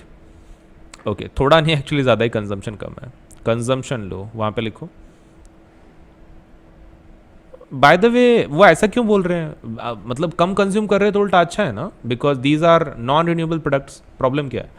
प्रॉब्लम वो नहीं है, प्रॉब्लम ये है कि आपका कंजम्पशन कम हो रहा है, मतलब आपका डेवलपमेंट उतना नहीं हो रहा है, because you are not developing your infrastructure in short. Okay, so that is the problem. Environment का इशू नहीं है यहाँ पे। क्या प्रॉब्लम है? कंजम्पशन लो, मतलब आपका डेवलपमेंटल लेवल्स लो है। कंजम्पशन लो, इसका मतलब क्या होता है? आपका डेवलपमेंट कम हो रहा है आपके कंट्री में। Development is low. एनवायरमेंट का और इसका कोई संबंध नहीं है, ठीक है। Development is low. ओके, चलो इस प्रैक्टिकल के बाद थोड़े से मेन चीज़ें देख लेते हैं अबाउट द प्लस सब्सक्रिप्शन, कि अनअकैडमी के जितने फीचर्स हैं प्लेटफॉर्म के ऊपर के वो कैसे हैं, उनमें क्या क्या मिलता है, एंड सब्सक्रिप्शन प्लान कितने का है, एवरीथिंग विल डिस्कस। तो देखो, you can S your final exams with Unacademy plus. अभी आपके बोर्ड एग्जाम्स आएंगे, पास में ही होंगे, तो अनअकैडमी आपके लिए एकदम परफेक्ट है, क्योंकि आपको कैसा, एक तो इसके ऊपर 10% फ्लैट सब्सक्रिप्शन चल रहा है, लेट्स से ऑफ चल रहा है, तो डिस्काउंट मिल जाता है 10% का। एंड अनअकैडमी प्लस सब्सक्रिप्शन एक ऐसी चीज़ है कि जहाँ पर आपको हर फीचर प्रॉपरली लेट्स से एक ही जगह पे मिल जाएगा, मतलब classes, practice, test, quizzes, everything एक ही जगह पे, एंड ऊपर से उसके ऊपर 10% डिस्काउंट चल रहा है। तो कुछ फीचर्स देखते हैं इसके अंदर क्या क्या है, and I will give you the necessary details so that you can understand whether सच में आपको इसके लिए अप्लाई करना है, नहीं करना है, ऑल दोज थिंग्स। अभी व्हाट्स न्यू विद अनअकैडमी, ठीक है। तो एक जो नया फीचर हमने जो पिछले महीने लॉन्च किया है उसको बोलते हैं आस्क अ डाउट फीचर। काफ़ी बढ़िया फीचर है ये, और इस फीचर के बारे में जितना बताऊँ उतना कम है, बिकॉज ये आपके हर डाउट को सॉल्व करने की लेट्स से क्षमता रखता है। So what exactly is all about? तो आस्क अ डाउट फीचर में आप क्या कर सकते हो, आपके जो डाउट्स हैं आप भेज सकते हो अनअकैडमी के प्लेटफॉर्म को, और फिर वो उसको आंसर करेगा। तो आंसर कर भेजने का तरीका क्या है, आस्क करने का लेट्स से उसके फीचर्स क्या हैं। पहले हम लोग ये देख लेते हैं कि पूछना कैसे है आपको। तो आपको क्या करना है, आपका जो भी डाउट है उसके लिए सबसे पहला अनअकैडमी का एप्लीकेशन खोलना है आपको। अनअकैडमी का एक बार एप्लीकेशन खोल दिया आपने, उसके अंदर आस्क अ डाउट एक ऐसा बटन है, ठीक है। तो आप आस्क अ डाउट पे बटन पे क्या करना है, आपको टैप करना है। एक बार टाइप कर लिया, उसके बाद आप उसको क्वेश्चन भेजना है, ठीक है। वो आपको बोलेगा कि हाय सो एंड सो, जो भी आपका नाम है, get solutions to your doubts and send a picture of your doubt और we will find the solution, ऐसा बोलेंगे। तो एक तो आप फोटो ले सकते हैं या फिर गैलरीज में चूज़ कर सकते हैं। फोटो मतलब आपके कैमरे के थ्रू, गैलरी मतलब आपके जो मोबाइल में स्टोर्ड फोटोज होता है ना, गैलरी होती है, तो उसके अंदर का फोटो भी आप भेज सकते हैं। तो you can select take a picture और चूज़ फ्रॉम गैलरी। एक बार फोटो ले लिया आपने, आप क्लिक कर लो या फिर सेलेक्ट कर लो आपके फ़ोटो को, मतलब जिसके अंदर आपका वो पिक्चर, जिसके अंदर आपका क्वेश्चन है, डाउट है, उसको सेलेक्ट कर लो या फिर क्लिक कर लो। उसके बाद आपको जो नेक्स्ट स्टेप करना है इसके बाद, एंड दैट इज़ कि you just have to crop the question. आपका जो भी क्वेश्चन है जिसके अंदर आपको डाउट है उसको क्या करना है, आपको क्रॉप कर लेना। क्रॉप करने के बाद आप सपोज लेटर से उसको सेंड कर दें। सेंड करने के बाद वो आपको पूछेगा कि सपोज लेटर से विच सब्जेक्ट इज़ दिस, कौन से सब्जेक्ट का है। तो अपना नेसेसरी सब्जेक्ट चूज़ करें, मैथमेटिक्स है, फिजिक्स है, केमिस्ट्री है, बायोलॉजी है, जो भी है आपका सब्जेक्ट के हिसाब से उसमें लिस्ट आएगा, तो आप उसको चूज़ करें। एक बार आपने वो चूज़ कर लिया तो वो क्या करेगा, सिस्टम बोलेगा कि I am looking for the solution, and immediately अगर उसको मिलता है वो बोलेगा आई हैव अ सोल्यूशन। तो ये 3 to 4 सेकेंड्स में आपको आंसर दे देगा। मतलब विद इन 3 to 4 सेकंड्स आपको टेंशन लेने की कोई ज़रूरत नहीं है, आप डायरेक्टली 3 to 4 सेकंड्स के अंदर उसका आंसर आपको तुरंत मिल जाता है। तो ये डेफिनेटली इस फीचर का इस्तेमाल करें, ठीक है। कितना ग्रेट है, आपको क्वेश्चन के जो आंसर्स हैं डायरेक्टली आपको मिल जाते हैं आस्क अ डाउट फीचर में। तो मैं इसके फीचर्स बता देता हूँ क्या है। सबसे पहला, आपको कोई लिमिट नहीं है, आप कितने भी क्वेश्चन पूछ सकते हैं। मतलब there is no limit as such कि आप कितने क्वेश्चंस पूछोगे, कितने भी अनलिमिटेड क्वेश्चंस आप पूछ सकते हैं। Second thing, ask doubt at any time. आप कोई भी टाइम के ऊपर इसको पूछ सकते हैं डाउट। 24/7 ये सिस्टम अवेलेबल है, तो आप कभी भी इस डाउट को पूछ सकते हैं। नेक्स्ट थिंग इज़, आपके इसके लिए आपका जो एक लेट्स से जो सोल्यूशन है वो आपको हाई क्वालिटी वीडियो सोल्यूशन इसका मिलता है। हाई क्वालिटी मतलब एक तो आपको इंग्लिश में भी मिलता है, हिंदी में भी मिलता है, हाई क्वालिटी वीडियो सोल्यूशन मिलता है। Next thing is you receive exact matches for the questions, मतलब ऐसा नहीं होगा मान लो आपने लिखा हुआ है सपोज आपका डाउट है व्हाट इज सपोज लेट्स से कोवलेंट बॉन्ड और वो आपको आंसर दे रहा है आयोनिक बॉन्ड का, ऐसा नहीं होगा। तो आपने जो क्वेश्चन भेजा है उसी का एग्जैक्ट आंसर आपको मिलेगा, exact very much exact answers आपको मिलेंगे। उसके बाद obtain instant and accurate solutions to lakhs of questions. तो ये जो डेटाबेस है हमारा काफ़ी बड़ा है एंड सभी लैक्स ऑफ क्वेश्चंस इसके अंदर इंक्लूड किए गए हैं। तो आप खाली भेज दो, आपको उसका आंसर मिल जाएगा। गेट असिस्टेंस विथ होमवर्क, आपको होमवर्क के साथ असिस्टेंस मिल जाता है इसकी वजह से। मतलब आपका अगर सपोज मान लो कोई स्टडी में आपको कोई डाउट आता है और आपको होमवर्क करना है, तो होमवर्क में काफ़ी मदद हो सकती है। जो भी आपके डाउट्स हैं डायरेक्टली बस प्लेटफॉर्म पे सेंड कर दो और फिर प्लेटफॉर्म आपको मदद कर देगा इन योर होमवर्क ऑल्सो। तो ये सिस्टम 24/7 अवेलेबल है, अनलिमिटेड डाउट पूछ सकते हैं, एग्जैक्ट मैचेस मिलेंगे, high quality video solutions and database काफ़ी बड़ा है, lakhs of questions. So definitely इस फीचर का इस्तेमाल करें और अपने डाउट्स को पाइल अप ना होने दें और उसको सपोज लेटर से मतलब सॉल्व कर ले, रिजॉल्व कर ले। Next thing is about the plus subscription. Unacademy का प्लस सब्सक्रिप्शन जो है उसके फीचर्स क्या हैं वो बता दूं। सबसे पहला you learn live from the comfort of your home. एक तो सबसे पहला अब घर बैठे पढ़ सकते हो, मतलब आपको किधर जाने की ज़रूरत नहीं है। अनअकैडमी का प्लस सब्सक्रिप्शन आपने लगा दिया तो आपको किधर भी जाने की ज़रूरत नहीं है, सब कुछ आपको घर बैठे ही सब कुछ मिल जाएगा।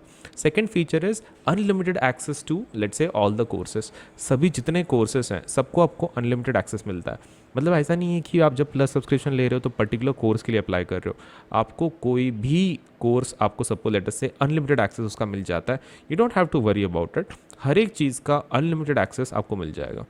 Next point is about top educators of India that say on one platform. एक ही प्लेटफॉर्म के ऊपर आपको suppose letter say top educators of India सभी टीचर्स आपको पढ़ा देंगे।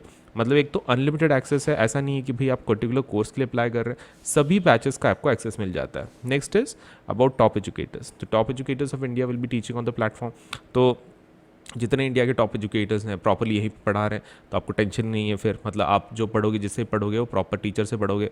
Next thing is about regular doubt clearing and answer writing sessions. ये तो मैंने ऑलरेडी बता दिया तुमको डाउट क्लियरेंस का मतलब आस्क डाउट फीचर तो है ही है, लेकिन हमारे इसमें प्लस सब्सक्रिप्शन के अंदर रेगुलर डाउट क्लियरिंग सेशंस भी होते हैं। मतलब every 4th period is a doubt clearing session. अगर आपको कुछ डाउट आता है तो आप उसको रिजॉल्व कर सकते हैं।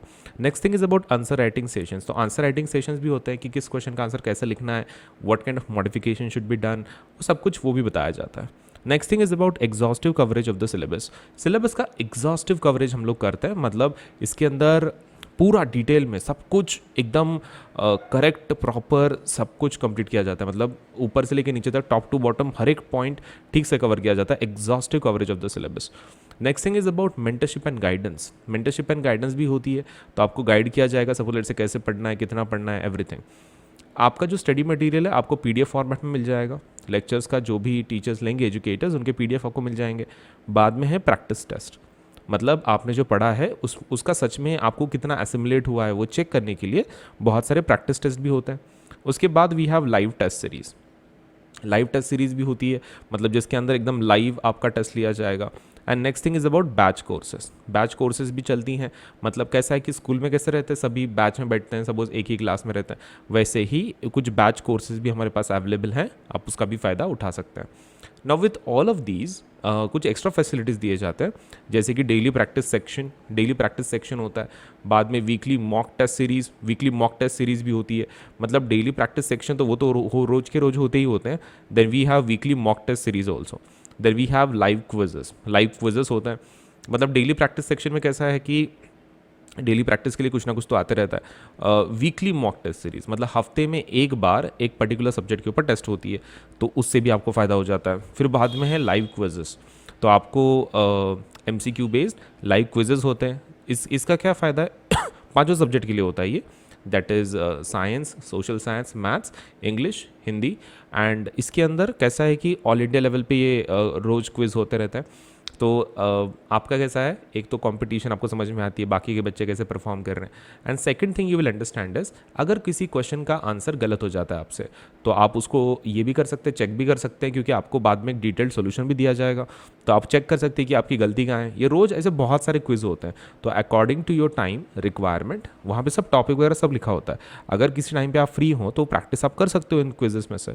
Next thing is daily MCQ and subjective test series. Daily basis पे एमसीक्यू का test and subjective test series ये होता है, आप इसको भी अटेंड कर सकते हैं और अपना जो रिजल्ट है वो और इम्प्रूव कर सकते हैं। सो ये प्लस सब्सक्रिप्शन कितने प्राइस का होता है, तो देखो मतलब इसका प्लान कैसा है, कितने रुपए का रहता है वगैरह वगैरह। So let us discuss that. तो अनअकैडमी का जो सब्सक्रिप्शन है, पहली चीज़ हमारे पास दो टाइप के सब्सक्रिप्शन है, एक प्लस और आइकॉनिक। प्लस एंड आइकॉनिक अभी आप देख सकते हैं, मान लो अभी आप 9th में हो तो 9th 10th 11th 12th के लिए एक स्पेशल फीचर चल रहा है। 12 महीने का जो पैकेज है आपका वो मिलता है अराउंड लाइक 15,000 रुपये में, एक महीने का मिलता है 3,000 रुपये का। तो देखो I would suggest you to go for higher plan. देखो अभी एक महीना कितने को गिर रहा है, 3,000 रुपये को। 12 महीने के हिसाब से कितना होना चाहिए, 12 महीने के हिसाब से होना चाहिए 0 0 0 12 3 36, मतलब 36,000 होना चाहिए पूरे साल का। लेकिन 12 महीने मतलब एक साल का फीस कितना बोला है, 15,000। देखो आधे से भी कम होता है, मतलब एक महीने से एक्चुअली आपको अफोर्डेबल प्लान्स नहीं है एक महीने वाले, उससे अच्छा है कि आप 12 महीने के लिए चले जाओ। 15,000 में ही आपको पूरा साल भर कोई टेंशन लेने की ज़रूरत नहीं है। और अगर आपको लगता है कि भाई अनअकैडमी अच्छा है, मतलब सपोज लेट से आपके 11th 12th के लिए भी काम में आएगा, तो आप 12 महीने का, 18 महीने का, 24 महीने का भी 36 या फिर 48 आप वैसा भी ले सकते हैं। 4 साल का एंटायर पैकेज 48 मंथ्स का 40,000 में आप वैसा भी कर सकते हैं। या आपके ऊपर है कि सपोज इकोनॉमिक कैपेसिटी के हिसाब से आप कैसा लगाना चाहते हो, बट मिनिमम 12 के लिए जाओ ताकि आपका मतलब साल भर टेंशन नहीं रहेगा फिर आपको। Same goes for 10th 11th 12th। अगर आप 10वीं में हैं तो उन आपके लिए वैसे ही पैकेजेस हैं सेम, आप आपके हिसाब से लगा सकते हो। एंड मोर ओवर ये जितने मैंने प्राइसेस बोले इसके ऊपर 10% डिस्काउंट अवेलेबल है, 10% डिस्काउंट। तो 10% डिस्काउंट के लिए क्या करना है, तो आपको यूज़ करना है the code AS Live10। AS Live10 मतलब अजिंक्य सोलंकी LIVE 10। इस कोड का अगर आप इस्तेमाल करते हैं तो आपको कितना ऑफ मिल जाता है, 10% का ऑफ मिल जाता है। देखिए कितना बढ़िया है। तो ऐसा आपको कहाँ मिलेगा, सही है, मतलब इतने सारे फीचर्स ये जो बोले, प्लस मतलब इतने फीचर्स वो भी कम दाम में, वो भी 10% डिस्काउंट के साथ। नो प्लेटफॉर्म इज़ ऑफरिंग, तो ये प्लेटफॉर्म का बहुत ही let's say you should definitely go for this. 15,000 में इतना अगर सब कुछ मिल रहा है facilities, I think it's a great deal, you should go for it. अब नेक्स्ट थिंग है iconic subscription. Now what is iconic subscription? Iconic plus का थोड़ा सा एडवांस्ड वर्जन है, आप ऐसा पकड़ के चल सकते हो, this is advanced version of plus subscription. अब आइकॉनिक में क्या होता है, iconic subscription redefines mentorship and ensures hands on learning. तो हम लोग कैसा है, ज़्यादा हैंड्स ऑन लर्निंग पे इस पे फोकस रहेगा आइकॉनिक में। We are happy to present a 360 degree support system that gives you all the assistance you need. तो आपको 360 डिग्री सपोर्ट है ये आइकॉनिक सब्सक्रिप्शन। मतलब क्या है, 360 डिग्री सपोर्ट है, मतलब हर चीज़ में आपको सपोर्ट मिलेगा। सबसे पहला है personal mentor, like you can get one-on-one guidance from top educators for all your concerns। Top educator से one-on-one गाइडेंस आपको मिलता है, पर्सनल मेंटर रहता है आपका, मतलब पर्सनली आपके लिए स्पेशली एक मेंटर असाइन किया जाता है कि जो आपको गाइड करेगा। Second thing is live doubt solving. Attend exclusive doubt solving classes to discuss your academic doubts. आपके जो भी डाउट्स हैं तो उसमें लाइव डाउट सॉल्विंग होती है, जैसे कि सामने सामने, मतलब तुम पूछोगे क्लास के जैसे लाइव इंटरेक्टिव क्लासेस जैसी होती हैं, वैसे ही आप लाइव डाउट सॉल्विंग होगा, आप पूछना उसका आंसर मिलेगा। Next thing is about weekly report. Weekly report मतलब ये सभी आइकॉनिक के फीचर्स हैं। ये फर्स्ट हो गया, सेकंड हो गया मेंटर का, सेकंड हो गया लाइव डाउट सॉल्विंग, थर्ड देख रहे हैं अभी, थर्ड है वीकली रिपोर्ट्स। मतलब यहाँ पर हफ्ते के कुछ प्रोग्रेस रिपोर्ट्स आएंगे। तो get detail report of classes attended and performance in test and quizzes. आपने कौन सी क्लासेस अटेंड की, आपका परफॉर्मेंस कैसा है टेस्ट में, क्विजेस में, वो भी आपको कहाँ मिलेगा, third suppose let's say iconic subscription में मिल जाएगा। Fourth is parent connect programme. तो there are regular open hours available for parents to discuss concerns with your personal mentor. ये जो आपको पर्सनल मेंटर असाइन हुआ है उससे आपके पेरेंट डिस्कस कर सकते हैं कि भाई आपका प्रोग्रेस कैसे चल रहा है, किस तरह की पढ़ाई हो रही है, वो that also can be discussed later on. Study plan, study planner भी आपको मिल जाता है, ये फिफ्थ फीचर है। Study tracker plan and let's say review that highlight your progress. तो ये ऐसी क्या है चीज़ है कि जो आपके रिव्यू को क्या करती है, आपके जो पढ़ाई है उसको क्या करती है, हाईलाइट करती है, आपका प्रोग्रेस कैसे है, पढ़ाई कैसे चल रही है वगैरह वगैरह। So study planner is for that. Next thing is all the benefits of Unacademy subscription, that is live classes from top educators, mock test series and then the quizzes, structured batch courses as per the exam syllabus. तो आपको plus के तो सभी features मिलेंगे, लेकिन उसके अलावा ये भी आपको क्या मिलेंगे, सपोज लेट्स से एक्स्ट्रा फीचर्स आपको मिल जाएंगे आइकॉनिक सब्सक्रिप्शन में। हाँ, तो इसका रेट्स देख लेते हैं, कितने का है, प्राइस कैसा है, क्या है। तो देखो जो आइकॉनिक सब्सक्रिप्शन है उसका प्राइस है अराउंड 28,000 है 12 महीने का। मानता हूँ कि सपोज लेट से इसके ऊपर अवेलेबल है क्या डिस्काउंट? यस, तो आप AS Live 10 को इस्तेमाल कर सकते हैं, AS Live 10, एंड आपको 10% डिस्काउंट मिल जाएगा ऑन 28,000। लेकिन फिर प्राइस इतनी ज़्यादा क्यों है? प्लस सपोज प्लस की 15,000 है, आइकॉनिक की 28,000 है, ऑलमोस्ट डबल है। ओके, तो ऐसा क्या है? तो आइकॉनिक में मैं तुमको बोल रहा हूँ ना, आइकॉनिक में प्लस के फीचर तो सभी मिल ही रहे हैं, बट दीज एक्स्ट्रा फीचर्स भी आपको मिल रहे हैं। 360 डिग्री सपोर्ट जो हम लोग जिसको बोलते हैं, 360 डिग्री सपोर्ट, तो ये आपको मिलेगा सिर्फ आइकॉनिक में। अब आइकॉनिक के लिए आपको थोड़ी सी फीस ज़्यादा है, तो इकोनॉमिक कैपेसिटी के हिसाब से आप दोनों में से एक को अप्लाई कर सकते हैं। अगर आपको 15,000 में, देखो टीचिंग तो दोनों तरफ है, अगर आपको 15,000 ही suppose let's you can afford, तो यू 15,000 के लिए चाहिए। अगर आपको कुछ एक्स्ट्रा प्रीमियम फैसिलिटीज चाहिए जैसे ये है, तो यू कैन गो फॉर 28,000। आपके ऊपर है, इट्स नॉट कंपलसरी कि भाई आइकॉनिक ही लेना है फिर प्लस ही लेना है, दोनों में से जो भी आपसे बन पड़ता है you can take it according to your requirement, economic capacity. अभी उसके ऊपर दोनों के ऊपर 10% डिस्काउंट है, तो जब आप अप्लाई करें तो नीचे एक बटन होगा, do you have a referral code, तो वहाँ पे आप लिखना है AS Live 10 ASLIVE10। तो अजिंक्य सोलंकी LIVE10 अगर आप अप्लाई करते हैं तो आपको क्या मिल जाता है? 10% डिस्काउंट तुरंत मिल जाएगा। सो डेफिनेटली इस चीज़ का यूज़ करें, राइट? अभी with that point in mind let me give you some idea about the जो न्यू बैचेस शुरू हुई हैं, ठीक है? जो कुछ नए बैचेस शुरू हुई हैं उसके बारे में मैं थोड़ा सा इन्फॉर्मेशन तुमको दे देता हूँ।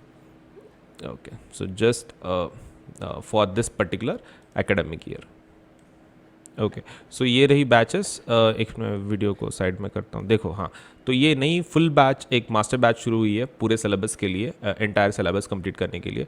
सो मेरी जो बैच फिलहाल चल रही है वो साइंस की बैच है, शाम को 5 to 6 बजे, ठीक है? 5 से लेकर 6 बजे तक शाम के ये क्लास चलेगी, कि जिसके अंदर फुल सिलेबस कवर किया जाएगा साइंस का, including physics, chemistry and bio. तो and PYQ and sample paper batch भी एक चल रहा है, आप उसको भी अटेंड कर सकते हैं, जिसके अंदर मैं साइंस ले रहा हूँ। तो आप साइंस के बैच को आप अटेंड कर सकते हैं, जिसके अंदर PYQs एंड सैम्पल पेपर्स हम लोग क्या कर रहे हैं, डिस्कस कर रहे हैं। Next thing is about power pack batch. Okay, तो पावर पैक बैच में suppose let's say individual subjects पढ़ाए जा रहे हैं, तो पावर पैक बैच में I am completing personally chemistry and suppose let से बायो, सपोज लेट से जो फिजिक्स पार्ट है, तो फिजिक्स पार्ट सपोज लेट से मैं ले रहा हूँ। लेकिन जो हमारी मास्टर बैच है, मास्टर बैच में कंप्लीट सिलेबस बैच, उसके अंदर साइंस कंप्लीट पढ़ाया जा रहा है, लेकिन इंडिविजुअल लेवल पे फिजिक्स भी दूसरे बैच में चल रहा है। तो आपके अकॉर्डिंग आप इसमें से कोई भी प्लस कोर्सेस हैं ये, तो प्लस बैच में आप कोई भी इसमें अप्लाई कर सकते हैं। तो सब्सक्रिप्शन ज़रूर लें, 10% डिस्काउंट आपको मिल जाएगा with the use of the code AS Live 10। Now before I end up my session, suppose let's say do subscribe to this channel, video को लाइक करें, चैनल सब्सक्राइब करें, बेल आइकन दबाएं, ताकि आपको सभी इंपॉर्टेंट अपडेट्स टाइमली मिल सकें, ठीक है? तो video like, channel subscribe, bell icon दबाना है, एंड आपको सभी जितने प्रैक्टिकल सेशंस हैं I will teach according to the syllabus. तो thank you so much for today, bye bye.